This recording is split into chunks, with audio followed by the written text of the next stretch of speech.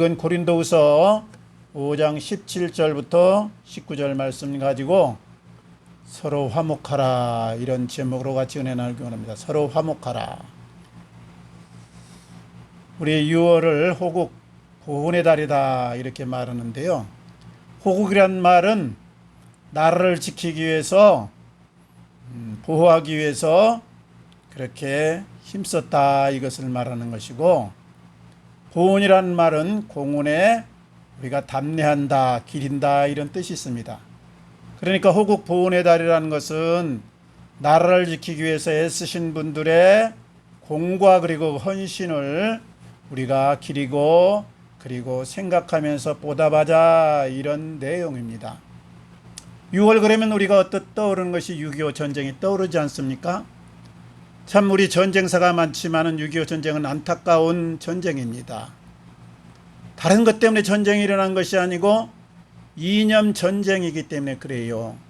공산주의냐 자본주의냐 민주주의냐 사회주의냐, 이런 이념 가지고 많은 안타까운 일들, 생명이 죽었습니다.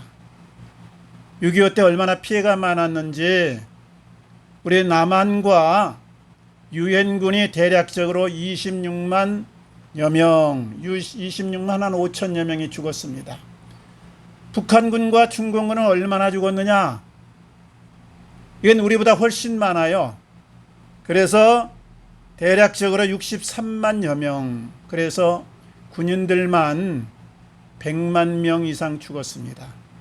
또 민간 피해까지 합치면 300여 명의 인명 피해를 냈습니다.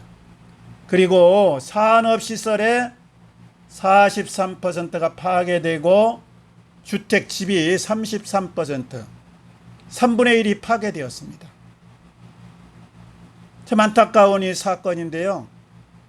인간 삶을 아주 황폐하게 만들고 파괴시키는 세 가지가 있습니다. 하나는 천재지변입니다. 지진이 난다거나 해일이 난다거나 토테이너 같은 광풍이 일어난다거나 속수무책이죠. 다음에 또 유행병이 있습니다. 천연두라든가 흑사병이라든가 코로나, 우리 인간의 의학이 쓸데없게 되었습니다. 세 번째는 바로 전쟁입니다. 전쟁은 인간 삶을 아주 파괴시키는, 그래서 인간의 생명을 파리 목숨 취급하는 그런 안타까운 일들이 비일비재하게 일어납니다.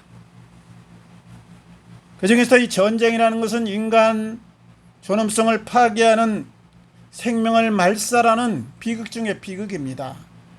그리고 인간학의 절정이 바로 전쟁입니다. 저는 삶이 좀 힘들다 여길 때 이런 생각을 해봅니다. 그래도 내가 옛날 고려 때나 삼국시대에 태어나지 않고 21세기에 대한민국에 살고 있으니 얼마나 감사하냐. 그때 태어났으면 왕이나 귀족들의 따까리 시중 들다가 전쟁통에 나가서 비명 행사할 수도 있었는데, 대한민국 21세에 지금 이때 살고 있으니 얼마나 감사하냐. 그래요. 우리나라가 그동안요 931번의 전쟁을 치루었는데 대부분 침략을 받은 전쟁이죠.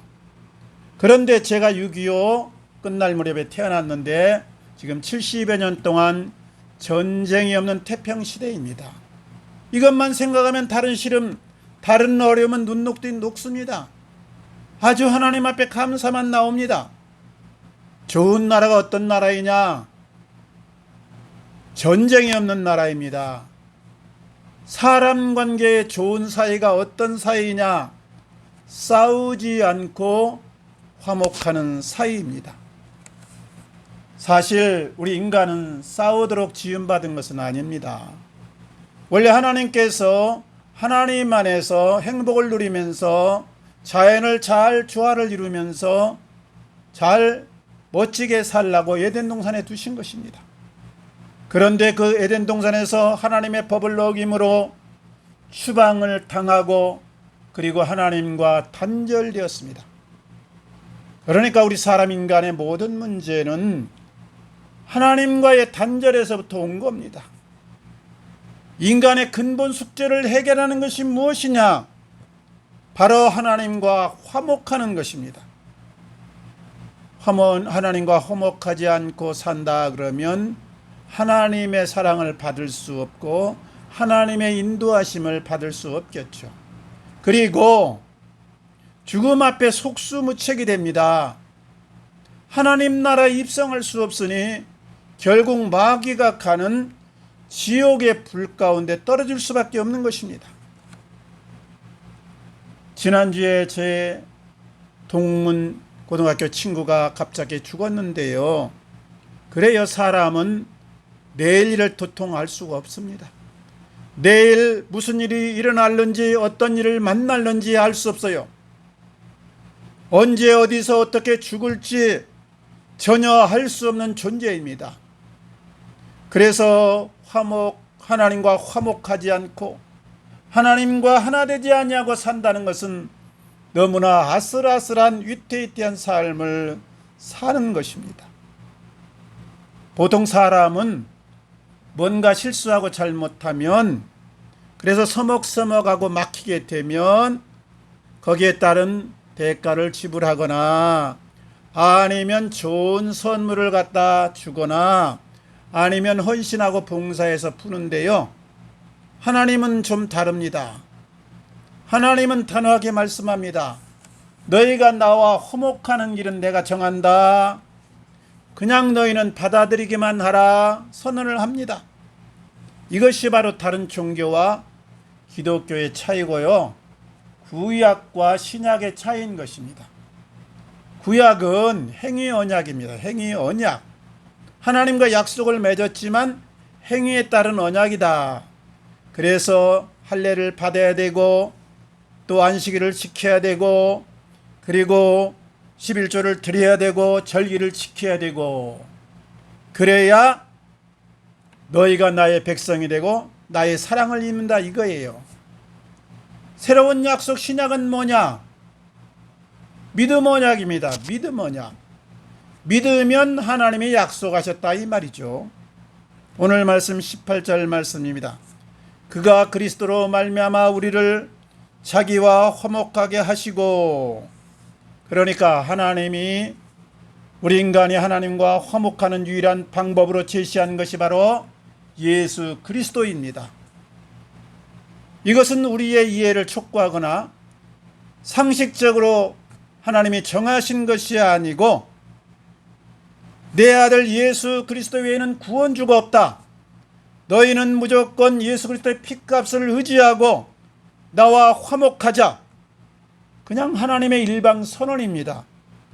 그러니까 우리가 하나님과 화목하고 소통할 수 있는 길은 내가 이 하나님의 언약을 내 것으로 수용하고 마음 문을 열고 그대로 내가 따르느냐 아니면 거절하느냐, 이 두 가지 길밖에 없는 것입니다.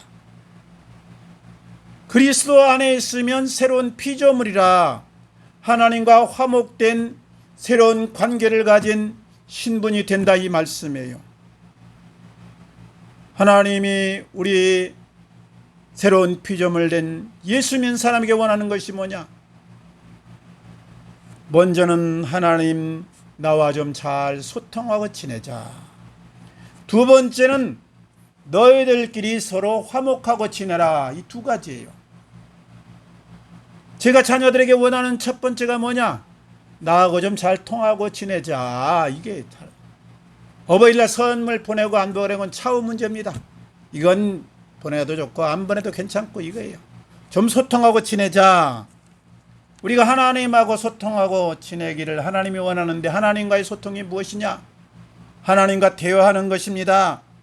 하나님의 뜻을 묻고 내 형편 사정을 하나님 앞에 아뢰고 늘 매일매일의 삶의 현장에서 하나님을 기억하면서 하나님의 마음을 살피면서 사는 것을 말합니다.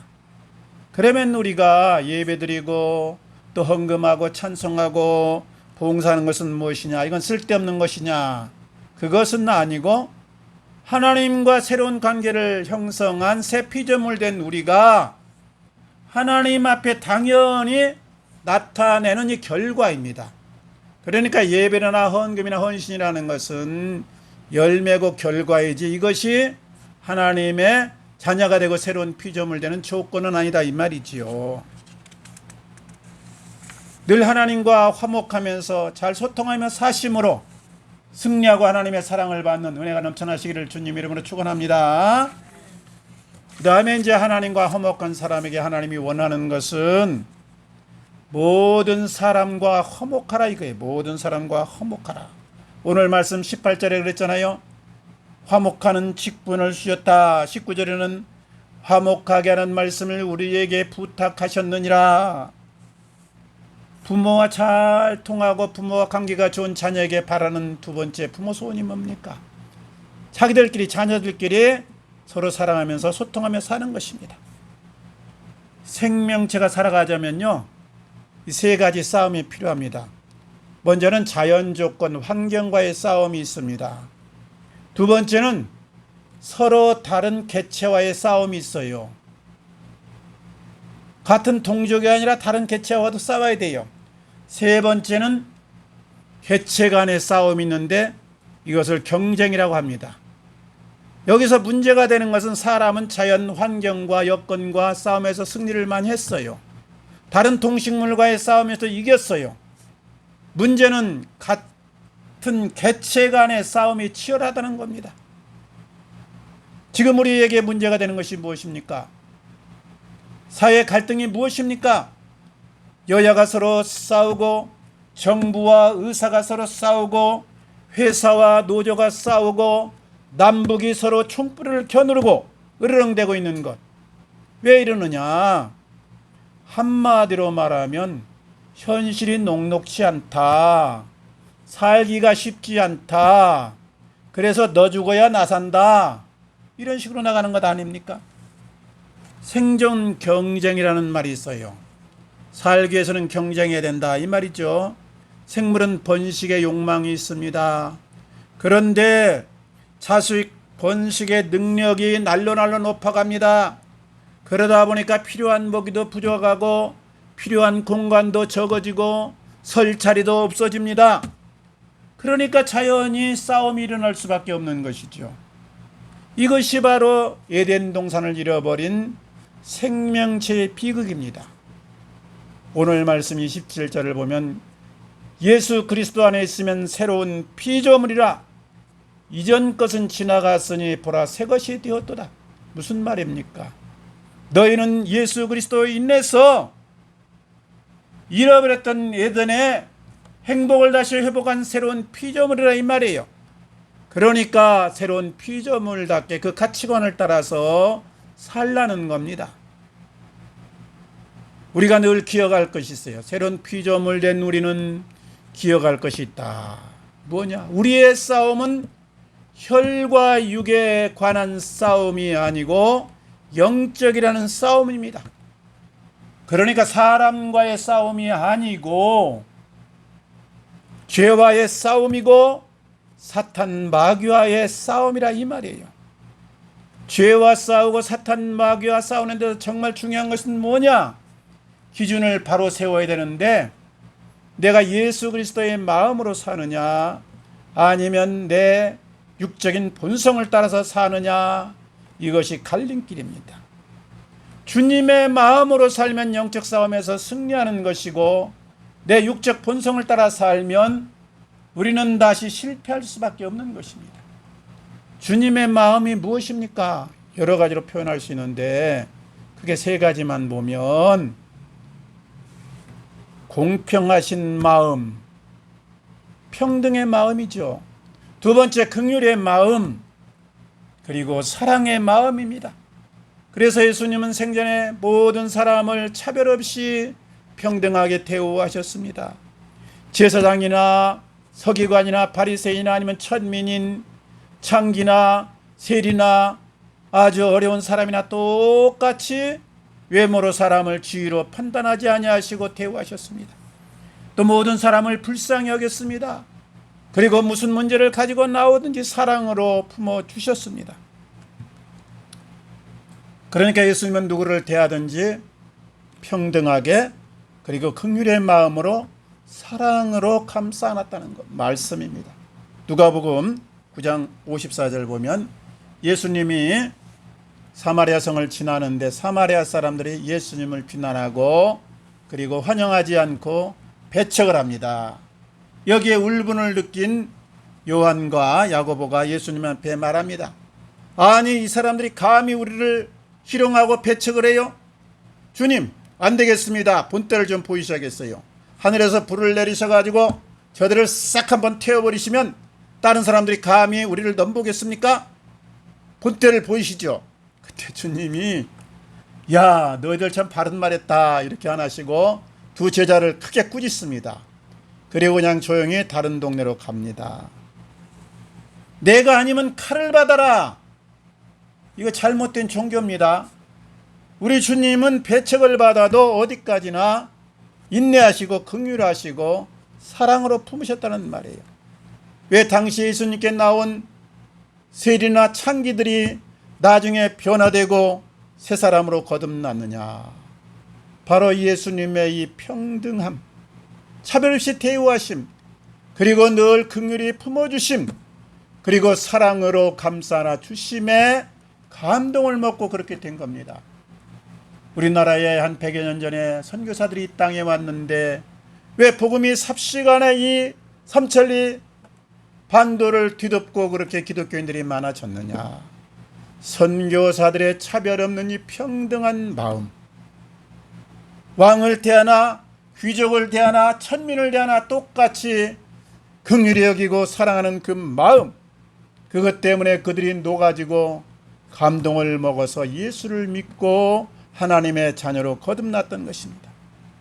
우리가 누구를 대하든지 신분적으로 아니면 외적으로 어떤 학력으로 좀 차별이 있다고 해도 그것 때문에 우리는 편견을 갖지 말고 엉뚱하게 행동하지 말고 늘 평등하게 그리고 긍휼의 마음으로 그리고 사랑으로 대하시기를 바랍니다. 가끔 제가 정치인이나 경제 지도자들 나를 생각하면서 기도를 하는데요. 그때마다 주님의 마음이 느껴집니다. 윤 대통령도 참 불쌍하고 여기에 맞서는 이재명 대표도 불쌍하고 조국 대표도 불쌍합니다.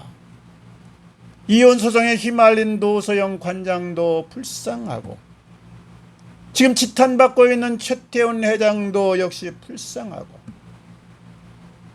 욕먹고 있는 김희영 이사장도 불쌍하고 사람은 누구나 다 짐을 지고 가고 있는 겁니다.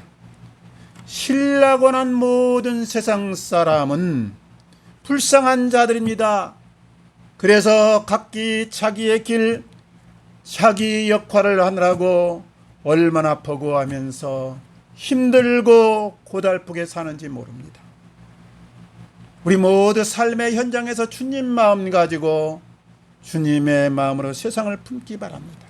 가정에서, 동네에서, 직장에서 모든 사람을 한결같이 차별 없이 공평하게 대하고 긍휼의 마음을 가지고 대하고 사랑으로 품어주시기 바랍니다. 그때 하나님 나라가 점점 확장되어 갈 줄로 믿습니다. 이런 은혜가 넘쳐나시기를 주님 이름으로 축원합니다. 끝으로 우리 맛을 내기는 맛을 내라. 맛. 예? 밋밋한 것이 아니라 맛을 좀 내라. 인생의 맛을 내라 이 말이죠. 마가복음 9장 50절 보면 너희 속에 소금을 두고 화목하라 그랬어요. 너희는 세상의 소금이다 그러면서 너희 속에 소금을 두고 화목하라. 무슨 말입니까? 너희가 세상의 소금 같은 존재이다.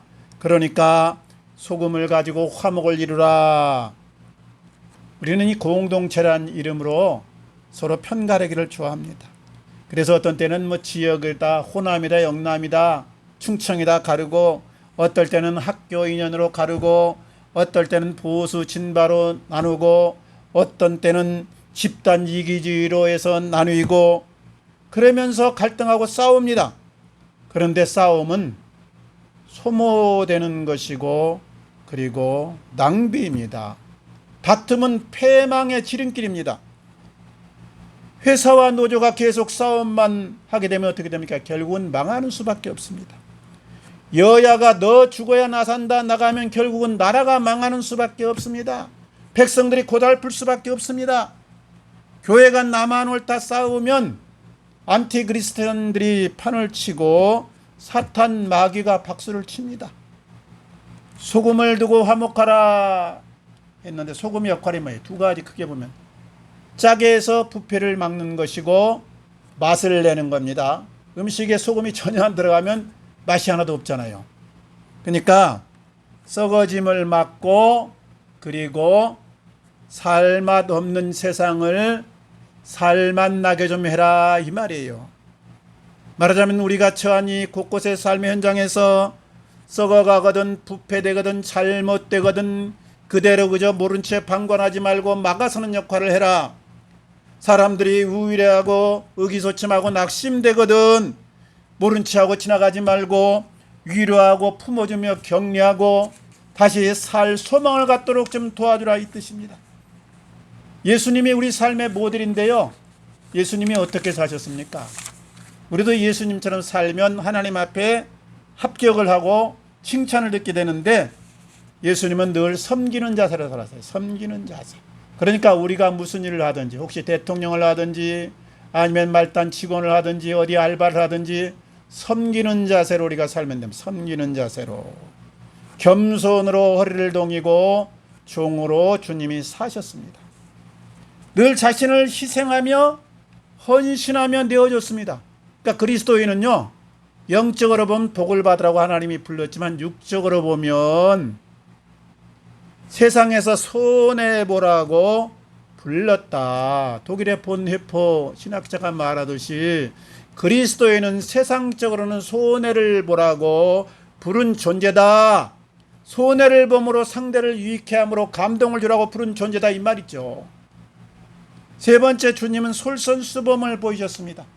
기도하라만 하지 않고 친히 습관을 쫓아 기도하시면서 본을 보이셨어요.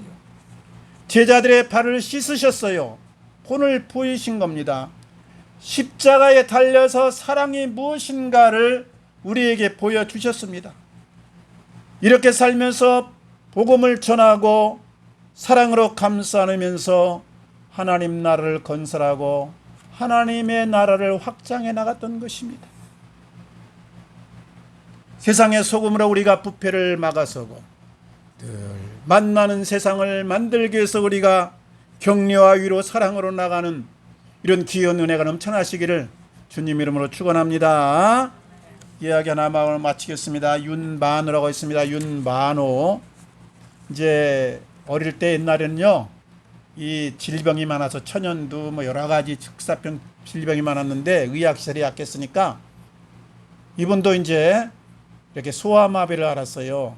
제대로 치료를 못해가지고 결국은 다리를 저는 장애인이 되었습니다. 그러니까 사람이라는 건요, 육신이 아프거나 장애인이 되면 까딱 마음까지도 의기소침하고 병들기 쉽거든요. 그러니까 어머니가 늘 그러는 거예요. 뭐든지 너는 포기하지 말고 끝까지 하면 된다. 그래서 이제 경복고등학교를 들어가서 체력장을 하는데 100m 달리기를 하는데요. 다른 아이들은 빠른 아이들은 12초, 조금 늦으면 한 13초, 14초 다 끊는데 이 아이는 뛰는데 이게 뛰어지나? 이 다리를 절면서 뛰려니까 걷는 것보다 더 힘듭니다. 100m를 1분 한 10여 초 만에 뛰었어요. 그래도 끝까지 뛰었다. 내가 포기하지 않았다. 여기에 이제 자부심을 가졌어요. 철이 들어가지고요. 야, 나는 육신적으로 운동선수가 되거나 육신적으로 하는 일은 좀 힘들겠다. 내가 살 길은 공부뿐이겠다. 이런 생각이 들었어요. 그래서 외교관의 꿈을 꾸고 공무원은 이런 신체적인 차별을 하지 않으니까 외교관이 돼야겠다. 그래서 열심히 공부해가지고 고등학교 때 서울대에 응시했는데 아깝게 떨어졌습니다. 또 한 번 도전하리라 재수를 했는데 결국 점수가 작게 나와가지고 한 단급 낮춰서 연세대 경영학과를 들어갔어요. 연세대 경영학과도 굉장히 이게 힘든 겁니다. 반에서는 1등 정도 해야 돼요. 학교에서는 1등 안 해도 반에서는 1등 정도. 근데 들어갔는데 열등감이 심했어요. 몸도 약하고 서울대에 못 들어갔다. 친구들은 서울대에 지금 의대 들어가고 법대 들어갔는데 나는 이게 뭐냐? 열등감이 있었어요. 그런데 1학년 2학기 때 연세대는 기독교 학교니까 예배가 있습니다. 채플이 있어요. 의무적으로 드려야 되는 거예요. 백낙준 총장님이 와서 하는 얘기가 진리가 너희를 자유케 하리라. 진리가 뭐냐? 하나님 안에 있는 것이다. 하나님 안에 들어오면 하나님이 너를 도와주신다, 이런 내용이에요. 마음에 울림이 왔습니다. 그래, 나는 장애인이지만 한번 내가 하나님 앞에 제대로 살아보자. 그래서 3가지를 결심했어요. 무슨 일에든지 늘 주눅들지 아니하리라. 마음이 소침하면 의욕을 잃어버리니까 성사될 수 있는 게 없겠죠.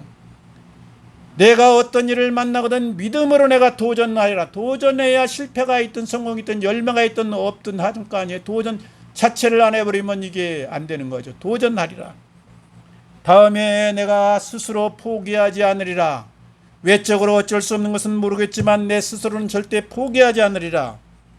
그리고 늘 하나님 눈밖에 안 나려고 깨끗하게 살면서 하나님과 소통하며 지내며 지혜를 구했습니다. 그랬더니 하나님이 꿈도 주시고 용기도 주시고 성실하게 살게도 하시고 끈기도 주셨어요. 하나님이 선히 인도하시고 협력하여 선을 이루게 했습니다. 그분이 어디까지 올라갔느냐?